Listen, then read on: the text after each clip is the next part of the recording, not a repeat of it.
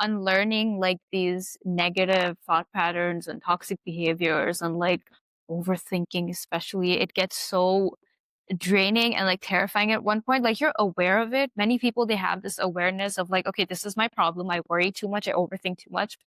And then they're like, okay, I'm going to try and stop it. But our brain or like our ego is like, no, that's change and that's discomfort. Let's go back to feeling terrible again and miserable again. And so it's kind of like repeating the same negative cycle over and over again. So in your personal experience, when you were growing up and you gained that sort of awareness, how did you deal with that? What did you do to really like sort of get away from that victim mindset and that sort of despair that you had for everything around you?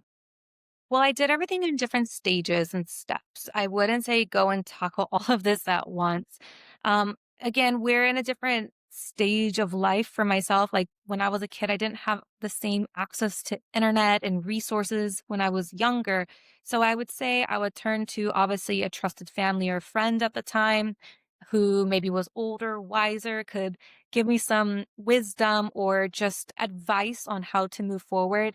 Again, be careful with that. This is a person that you really should trust, to the point where they're not judging you, where they are empowering you, right? Because sometimes people place their own opinions and they place judgment on your situation, and that can be detrimental. So I would say if, whoever you're talking to, that it is somebody who's a good listener, who's going to be, empowering you, reminding you of your value and your worth, helping you see mental blocks that you have, if you have any, and help you see a different perspective on the situation or yourself or whatever it is. Another way is if there's something that's just itching you, you'll know like internally, like this thing's bugging me. Let me do some research on it.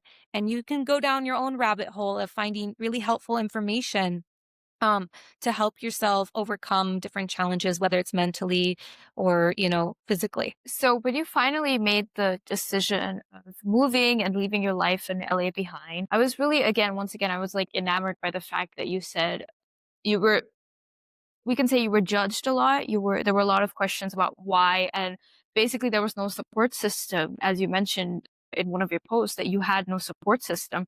What is it like to go through so much, so many struggles, being there for yourself, because sometimes you just can't turn to people, or people just don't have the same understanding or perspective as you. But having yourself and sort of being your own therapist and pulling yourself out of that deep, dark hole that you're in without any support system. What is that like? And how did you sort of deal with all of it? I learned to become my own best friend. And that was the simplest way I can put it. I remember I was actually around 25 or 26 years old when I heard a woman who was living in my apartment building. She was my neighbor and actually a coworker. I was already here in Dubai. And she said, you need to learn to become your own best friend.